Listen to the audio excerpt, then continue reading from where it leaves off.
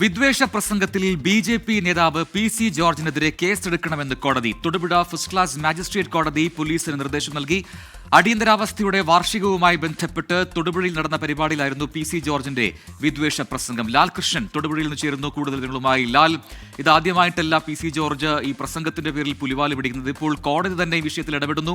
അതിൽ കേസെടുക്കണമെന്ന നിർദ്ദേശം അത് വളരെ വ്യക്തമായി തന്നെ കോടതി നൽകുന്നുമുണ്ട്. എന്ത് പരാമർശമാണ് ഈ രീതിയിൽ ആ പ്രസംഗത്തിലുള്ള പരാമർശം? അത് എന്തായിരുന്നു അതിപ്പോൾ കോടതിയിൽ പോലും ഇടപെടാനുള്ള സാഹചര്യം ഉണ്ടാക്കിയത് എന്താണ്?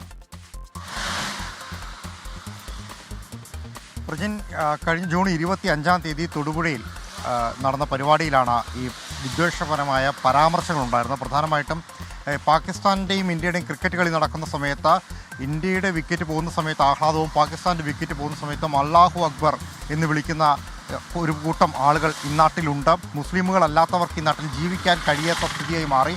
ഇത് മുസ്ലിം സമുദായം പരിശോധിക്കണമെന്ന് തുടങ്ങുന്ന രീതിയിൽ ആ സമുദായത്തെ ഒന്നടങ്കം പരാമർശിച്ചുകൊണ്ടായിരുന്നു പലതരത്തിലുള്ള വിദ്വേഷ പരാമർശങ്ങൾ പി.സി. ജോർജ് നടത്തിയത്.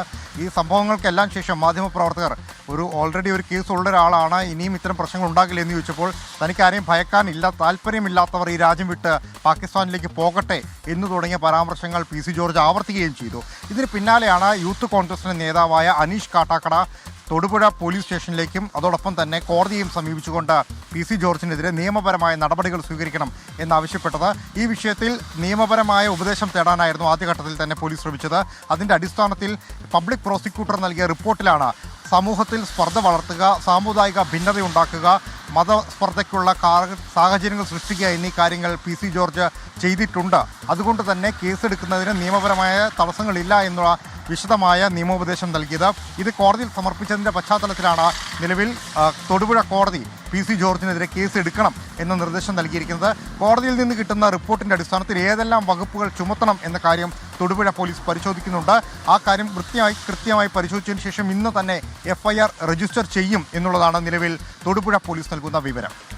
ലാൽ കൃഷ്ണനാണ് തൊടുപുഴയിൽ നിന്നും വിശദാംശങ്ങൾ നൽകിയത്.